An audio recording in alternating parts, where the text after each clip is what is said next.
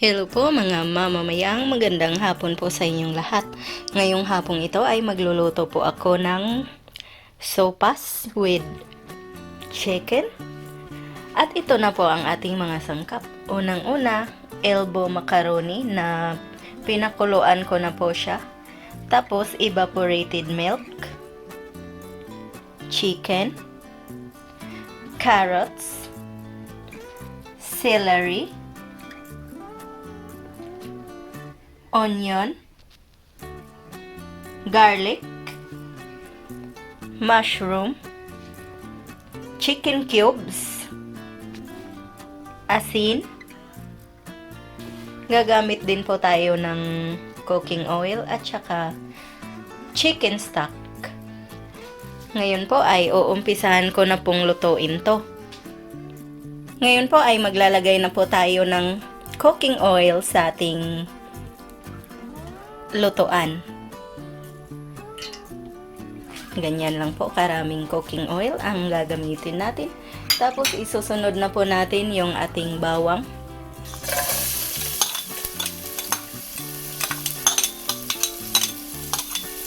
Tapos hahaluin natin siya hanggang sa mag light brown po siya. Bago po natin ilagay yung ating sibuyas. Kapag nag-light brown na yung ating bawang. So, hihintayin po muna natin siya ng konti na mag-light brown. Ngayon ay medyo nagla-light brown na po siya. Ay isusunod na po natin yung ating sibuyas.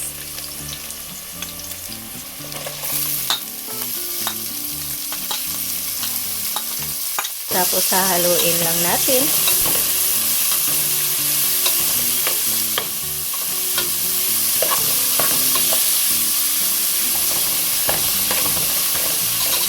Kapag medyo mabango na po yung ating sibuyas, ay pwede na nating isunod ang ating chicken. So, ayan na po ang ating chicken. Isusunod na po natin. Para po masipsip niya yung lasa ng ating sibuyas at saka ng yung amoy ng bawang ay sisipsip doon sa ating karning manok.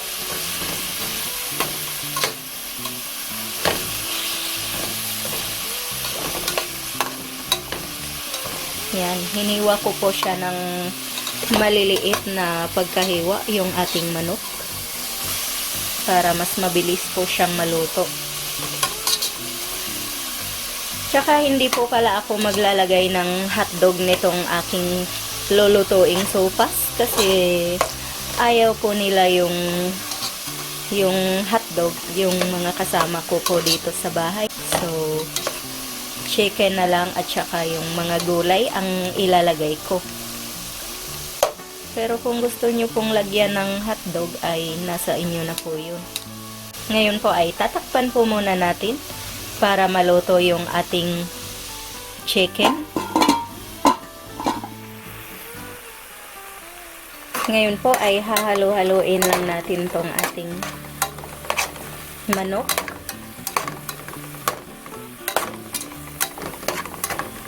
Pagkatapos po ay ilalagay na po natin yung ating chicken cubes para po mag-melt siya at hindi po magbuo-buo. Kapag nag-melt na po itong ating chicken cubes ay pwede na po natin ilagay yung ating chicken stock.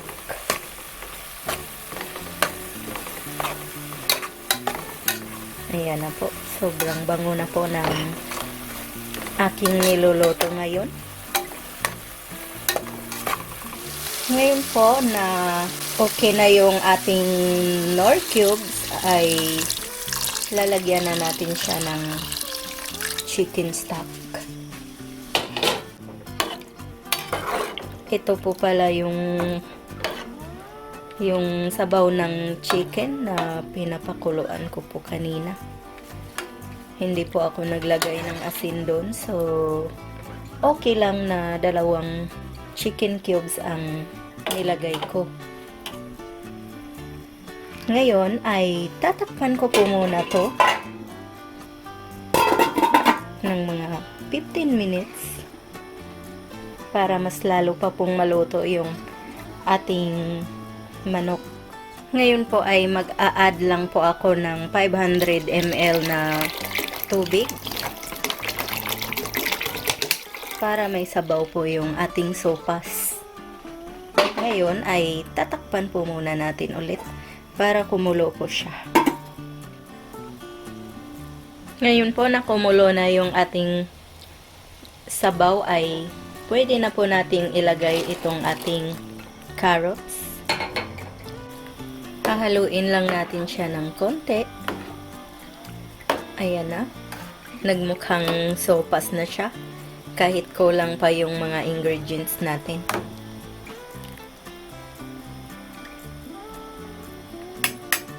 Ngayon ay tatakpan po muna natin siya ulit. Ngayon po ay ilalagay na natin tong ating evaporated milk.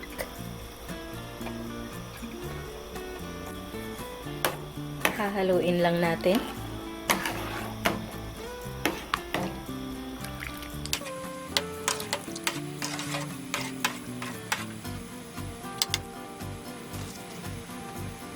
Pakuluin po natin siya ulit ng medyo malakas. Ngayon pong kumulo na itong ating sabaw ay ilalagay ko na po itong mushroom natin.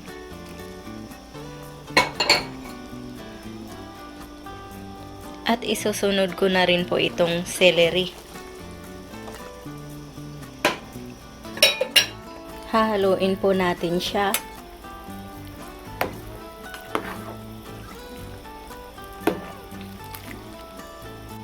Masarap po ito sa taglamig, bagay na bagay sa panahon po ngayon na medyo malamig na.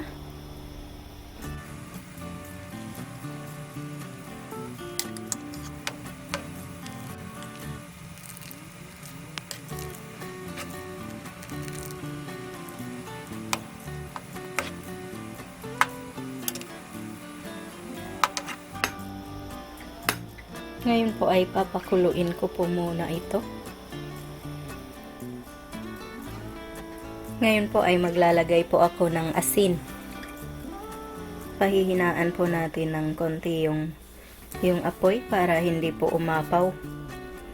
Kasi medyo maliit po itong kaldero na ginamit ko. Ngayon ay hahaluin ko po ito para po kumalat yung asin. At magpantay po yung lasa niya. Kayo na pong bahalang magtimpla ng asin. Baka gusto nyo po kasi ng medyo matabang or yung iba gusto din po yung medyo may pagkaalat. Pero yung nilagay ko po ay okay na po yun para sa akin. Ngayon pong luto na itong mga gulay natin ay isusunod ko na po itong elbow macaroni na luto na. Medyo nagdikit-dikit po siya. So, yan, dahan-dahan po tayo. Ayan na po, okay na po ito. Medyo nagdikit-dikit po siya kanina kasi hindi ko po siya hinugasan nung yung niluto ko siya. Okay na po yung ating sopas. Hahaluin ko pa po siya ng konti para matanggal po yung dikit-dikit niya kanina. Pero ayos na po ito. Mukhang masarap na at saka tinikman ko na po siya. Sobrang sarap po talaga.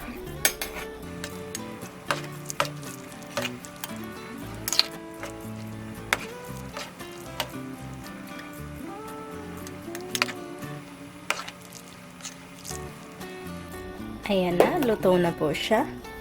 Ngayon po ay ito-turn off ko na po yung ating stove at kukuha na po ako nito para ma-serve ko na po. Ayan na po ang ating sopas. Sana po ay subukan nyo ang reseping ito at sana'y magustuhan po ninyo. Maraming salamat po sa inyong panunood.